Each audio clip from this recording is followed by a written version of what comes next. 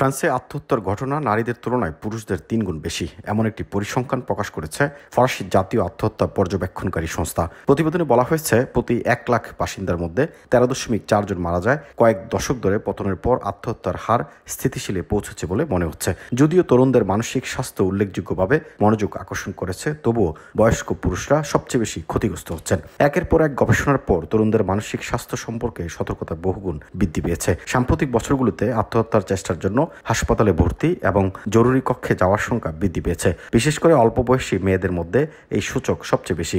এই ফোকাস কখনো কখনো আরেকটি প্রবণতাকে ছাপিয়ে গেছে। আত্মহত্যার চেষ্টার পর মারা যাওয়া মানুষের সংখ্যা 2020 সাল থেকে তুলনামূলকভাবে স্থিতিশীল রয়েছে। 1980-র দশকের মাঝামাঝি থেকে ধারাবাহিকভাবে হ্রাস পাওয়ার পর 2022 সালে ফ্রান্সের 9,200 জন আত্মহত্যা করে মারা যান, যার ফলে প্রতি 1 লাখ বাসিন্দাদের মধ্যে মৃত্যুহার 13.4-এ পৌঁছেছে।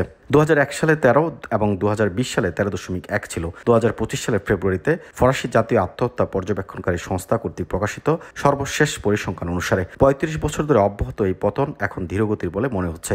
অবজারভেটরি উল্লেখ করেছে, যা অনুমান করে 2020-এর দশকের শুরুতে নিম্নস্তর পৌঁছেছিল। কোভিড-19 মহামারীর পর থেকে জনসাধারণের মনোযোগ কিশোরের দিকে সরে গেলেও আত্মহত্যার হার আসলে বয়সের সাথে সাথে বৃদ্ধি পেয়েছে। 25 বছরের কম বয়সীদের মধ্যে প্রতি 1 লাখে 2.7% বেড়েছে।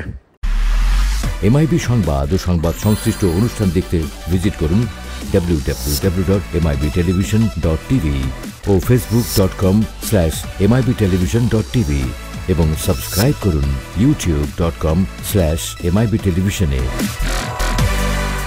এমআইবি টেলিভিশন, সত্য খবর, সঠিক খবর।